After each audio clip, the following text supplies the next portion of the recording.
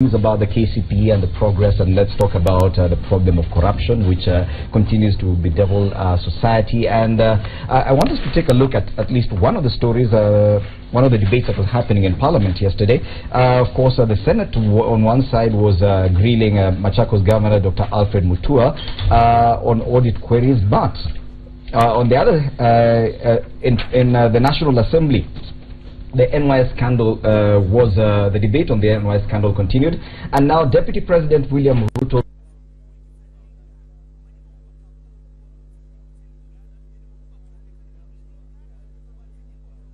committee of the alleged roles in the NYS scandal. And in a further twist to the blame of the scandal, Majority Leader Aiden Duale now wants PSC to extend the summons to Suba. Watch this debate. Specific persons of Mutua had tabled a batch of documents before the Senate Public Accounts and Investments Committee, linking core principals Kalonzo Musyoka and Moses Wetangula. Well, that was a wrong story that just ran. We're talking about the debate in the National Assembly. Let's see that story now. The persistent calls from the opposition to have Senator Kipchumba Murkomen and Deputy President William Ruto's personal assistant Farouk Kibet appear before the Public Accounts Committee of the National Assembly have now been granted. Yeah, Mr. Speaker, sir. PSC Chair Nicholas Gumbo now saying while Farouk Kibet had presented written submissions to the committee, the law firm Singoi Murkomen and Sigoi Advocates had not submitted this.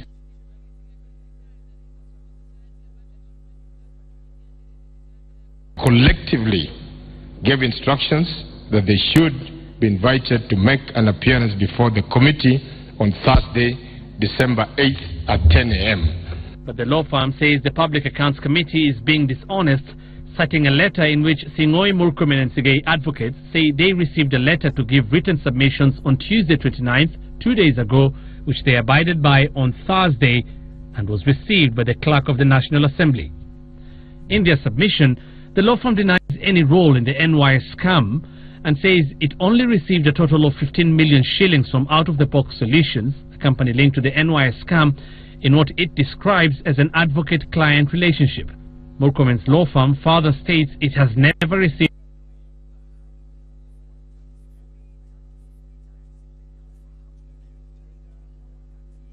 committee seeking the two to appear, but today Majority Leader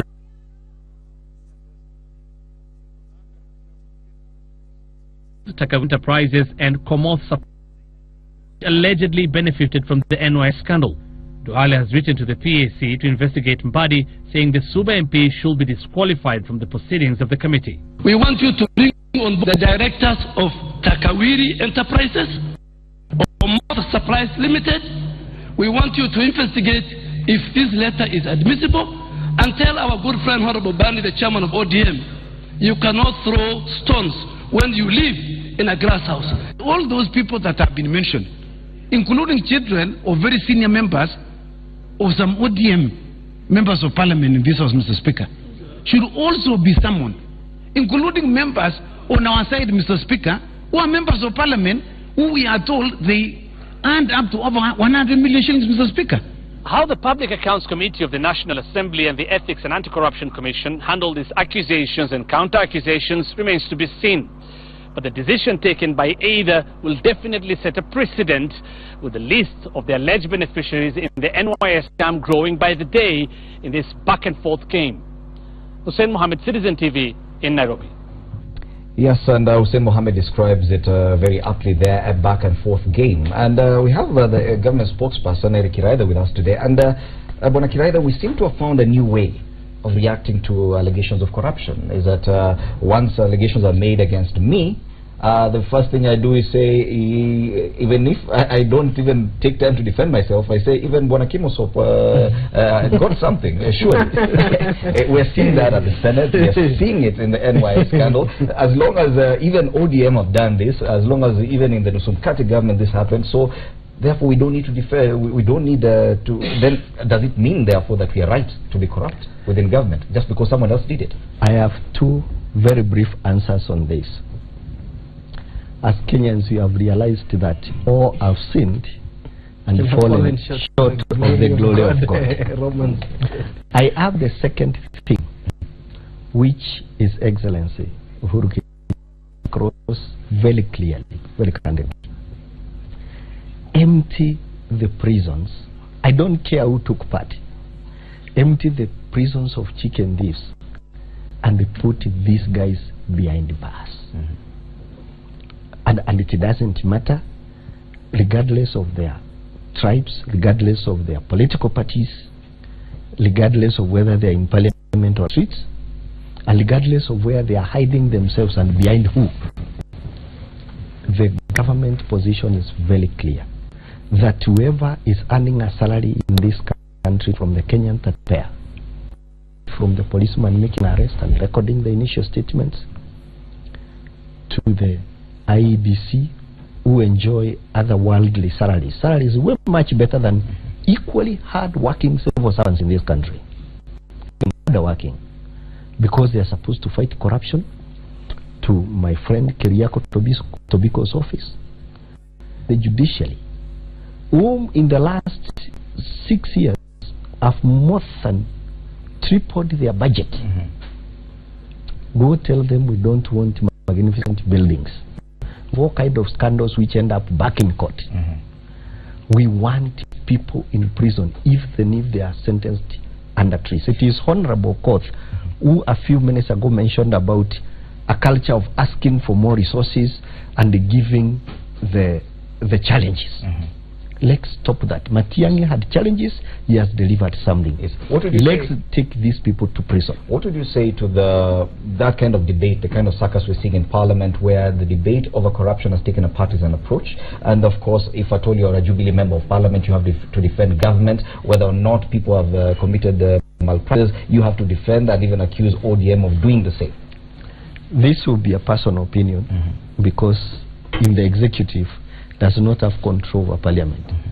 But while they are doing a positive thing and exposing the length and width and depth of corruption and exposing the hypocrisy of some of those people we thought should throw the first stone.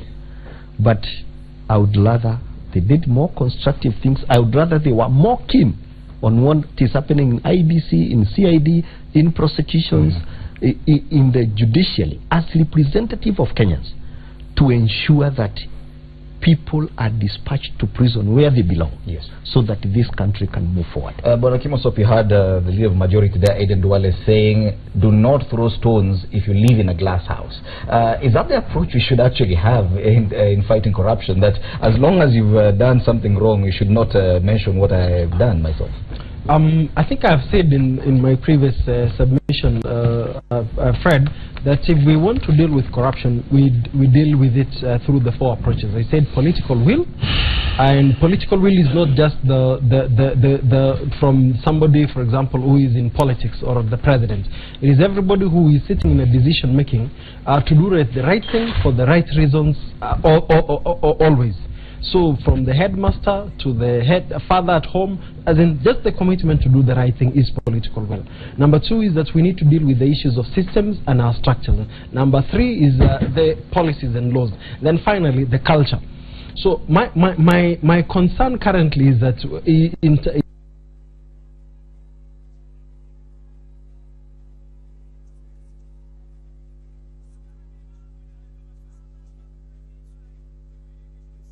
they don't work in isolation, they work together. For example, there has been very thin investment into the police, that is the CID, because corruption, Eric can confirm to you, is a former police officer, is a crime like any other crime. It's an economic crime. Police, for example, ought to be engaged. Why did we have to go and invest massively in building the investigative arm of EACC? Why don't we, for example, on the investigative arm of the CID, so that they not only deal with economic crimes, they also deal with any other crimes? Because for me, it is the lessons from the GGLOS programs, having government departments work together, share information, and also insights. Because, for example, what prevents EACC, the CID, the judiciary, all these working together, KRA, because the money moves through the systems. And then finally, we need to borrow from what is happening in Nigeria.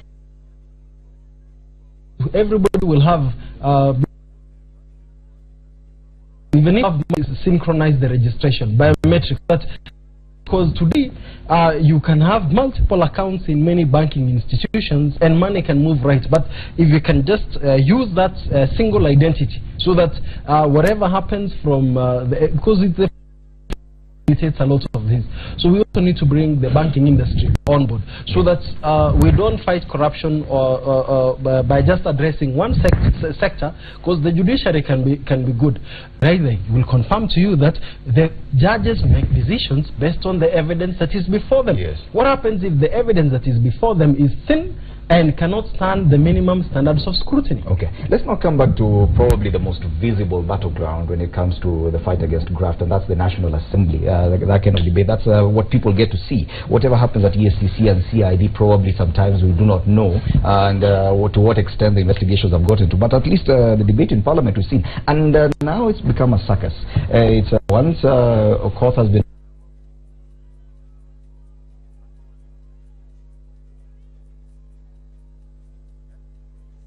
proceeding with that, starts mentioning people who now is in the Assembly, because some people within this side of the divide were mentioned in the NYS canal. Now all they are doing is trying to get anyone else from the other side who could have been mentioned. Surely, should we as members of the public have any faith in new members of the National Assembly in terms of fighting graft? Kirele quoted a verse from the Bible that all have seen. For a moment there I was dumbfounded and thinking, are we in a theological discussion or public policy? Theology and religion is good, but the reality is nobody has a right to be stealing public money. And the level of corruption where it has reached in Kenya is a national emergency. If you look at things logically, we're not bashing the government. It's under the Jubilee government right now that it has reached epic historical proportions. They are winning. The record of corruption in Kenya under this government is spectacular compared to the others. Now, stepping back is how is corruption affecting the poor Kenyan. That Kenyan in my constituency in Kibra, in a place like Korogosho, Kariobangi, in Kiharu, those children who just did KCPE and were sending Mheshimiwa their results asking for money in January. Me, how will my child go, man? This is their result, Mheshimiwa, please do something. Please, you're our salvation. Actually, I shouldn't be the salvation. There should be a government policy that myself and him and other MPs supported by the executive has already put in and saying in the budget. That's what I'm telling you. Ask me about the National Assembly. Yes. That is now, and we worked on the budget policy statement that has been proposed from Treasury for the Ministry of Education. This week in my committee, there's no money for free secondary day education, which is something that would cost about 25. So somebody is like Murkomen that they sent billion that was lost in NYS in one scam. It makes you think we are already 30% of the way to that 20 billion that we need for all children to go to school for free from one. So corruption is big.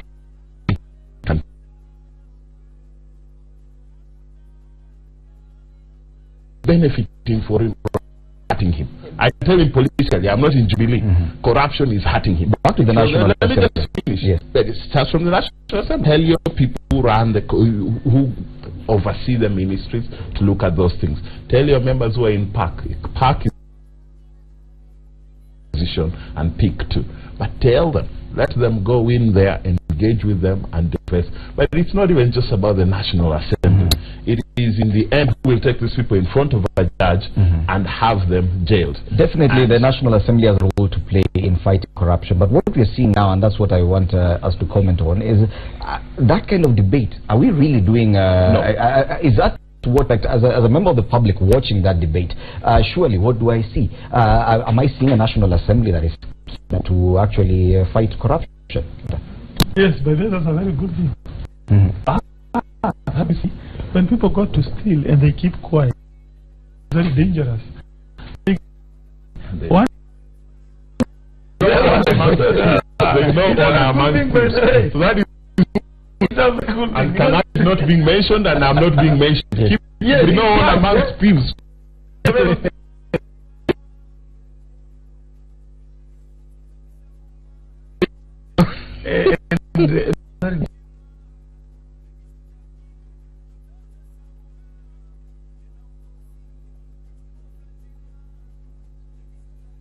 reduced to just pointing fingers and saying even you stole as well. It is representation. Yes, it is oversight. It is legislation. The laws are there. No, because what will happen?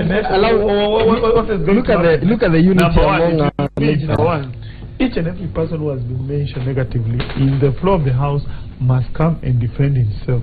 He must produce documents, and you never know, some of these documents will be incriminating.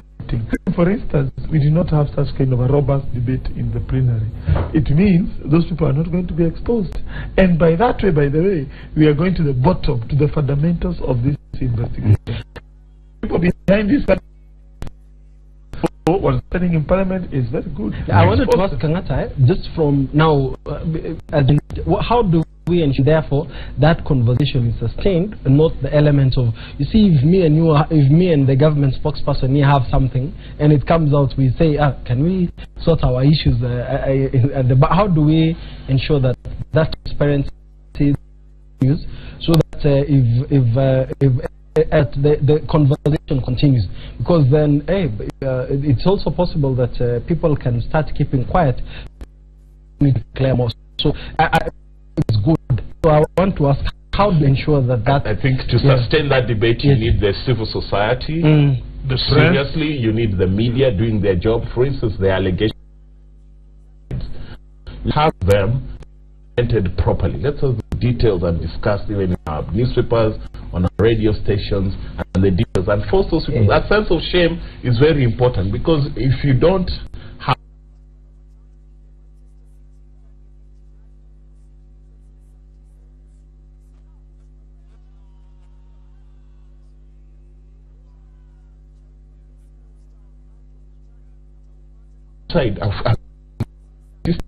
some Kenyans will still decide on how much they are bribed, how to maybe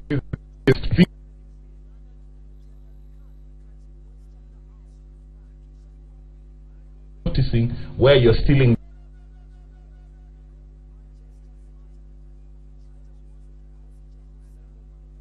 Apart from defending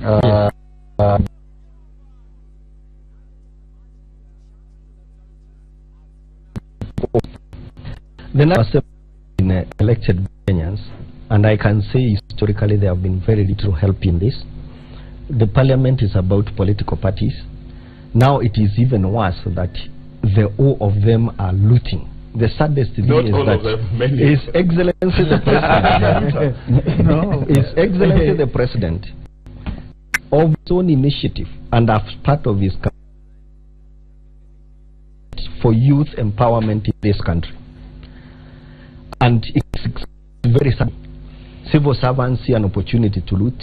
Politicians in Jubilee, politicians in ODM, politicians, everybody from the streets come and loot this. But one thing I am promising Kenyans, the resolve of the government has not changed.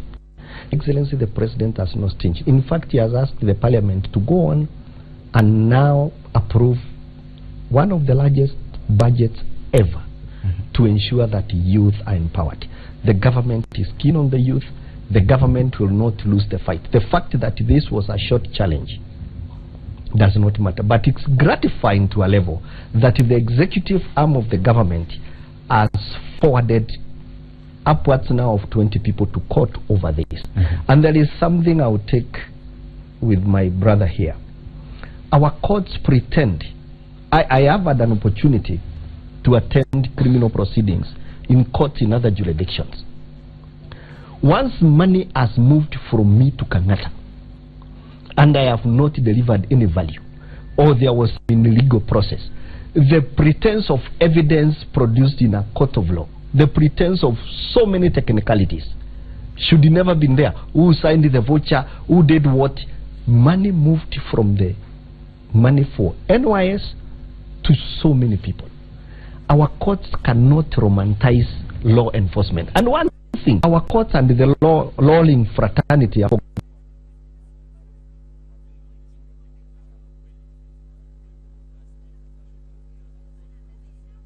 when they hide in academic, they told us that there is a lot of corruption in judiciary. Judiciary must wake up. When they become part of the people receiving money at night, that's on legalism. Billions. That is a very, very negative development, and our courts were, during the summit, they were indicted in public, and the public made their judgments. So, as much as we are talking about beyond reasonable doubt, I don't see what doubt exists when somebody receives money from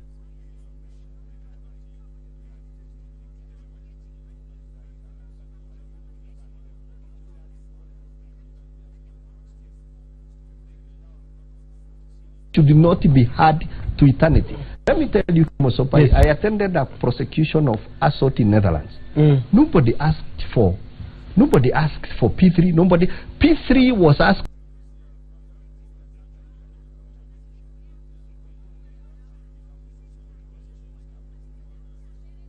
Have an exchange program, not to go for tours.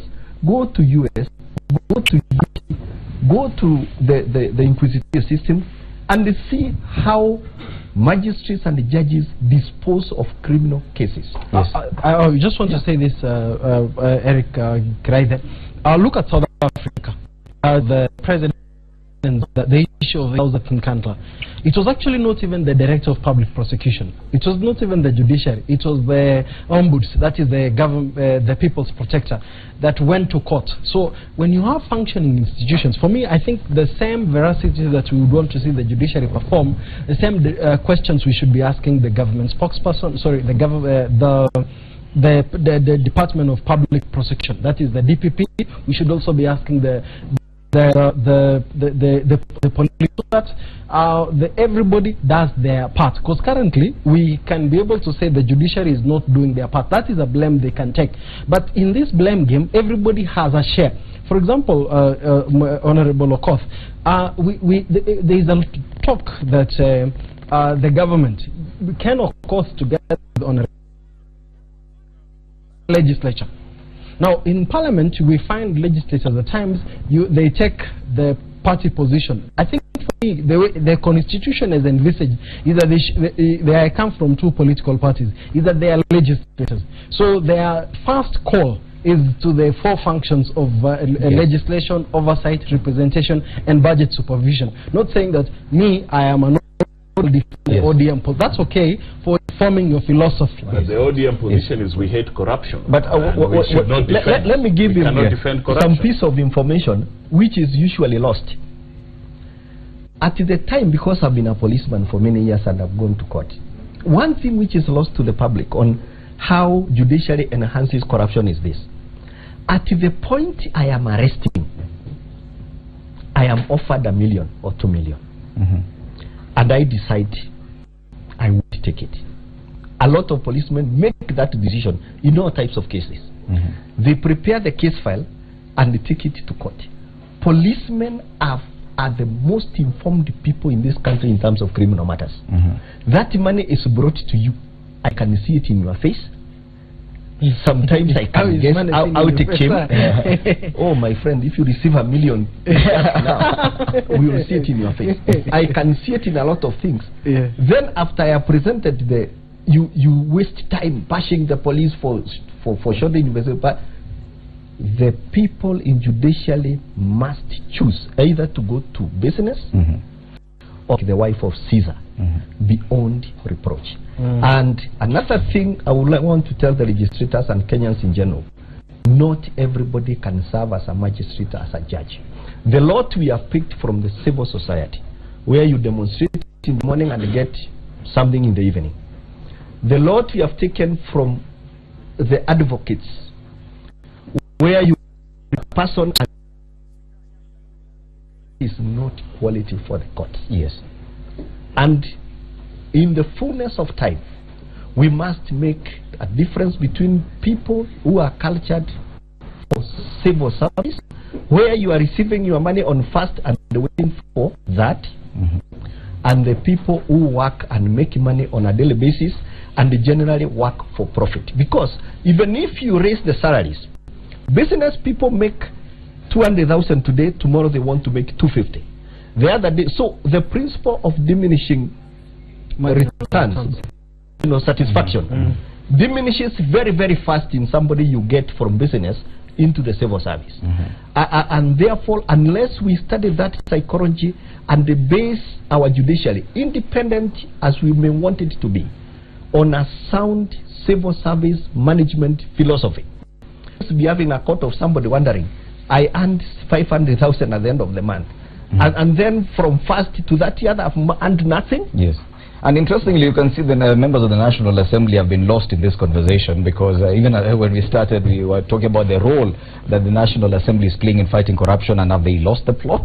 And they're quiet. Do you think you still have a role to play? Or that circus you're working in Parliament, does it have any purpose? I think we're mixing up the debate here.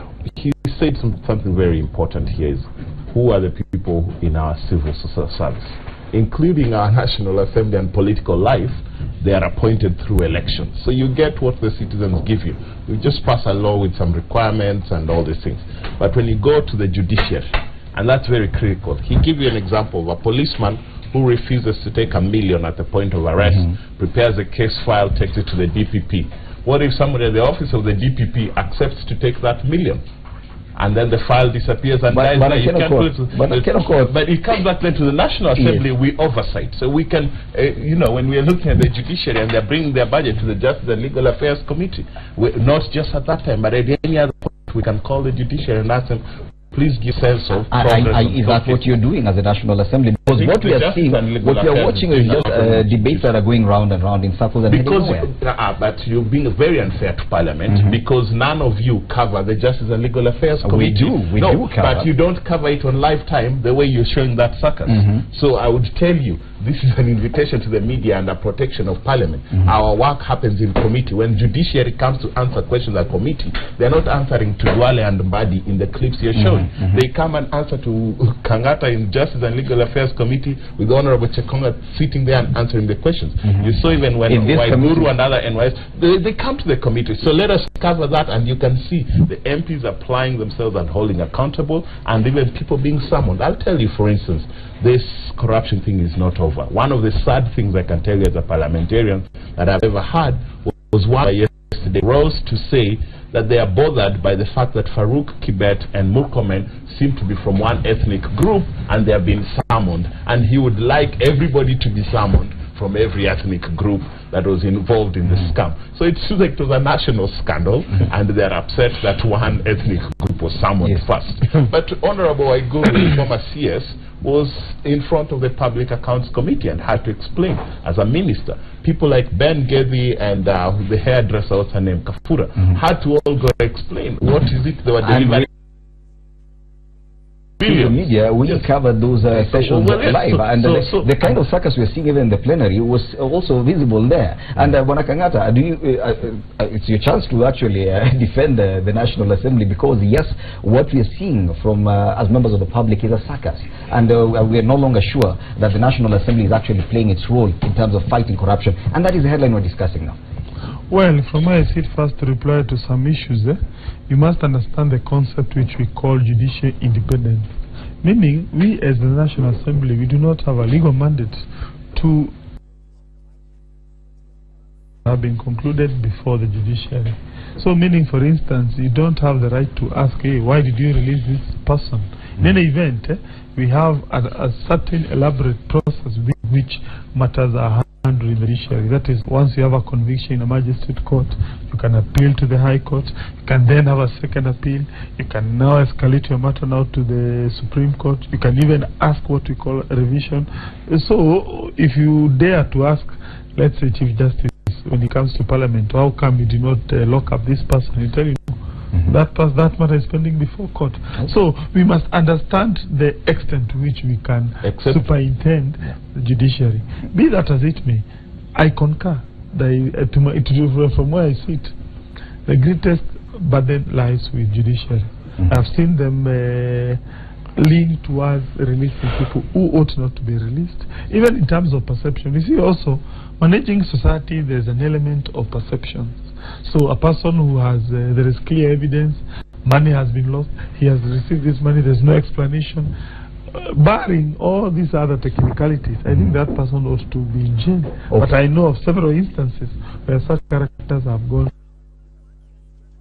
We need to enjoy some more music from the Utawala Police Band. We'll come back and discuss the IEBC selection of commissioners, which started yesterday. And incidentally, Bona Vincent Kimosop was the first to be interviewed by the selection panel. That after this short break.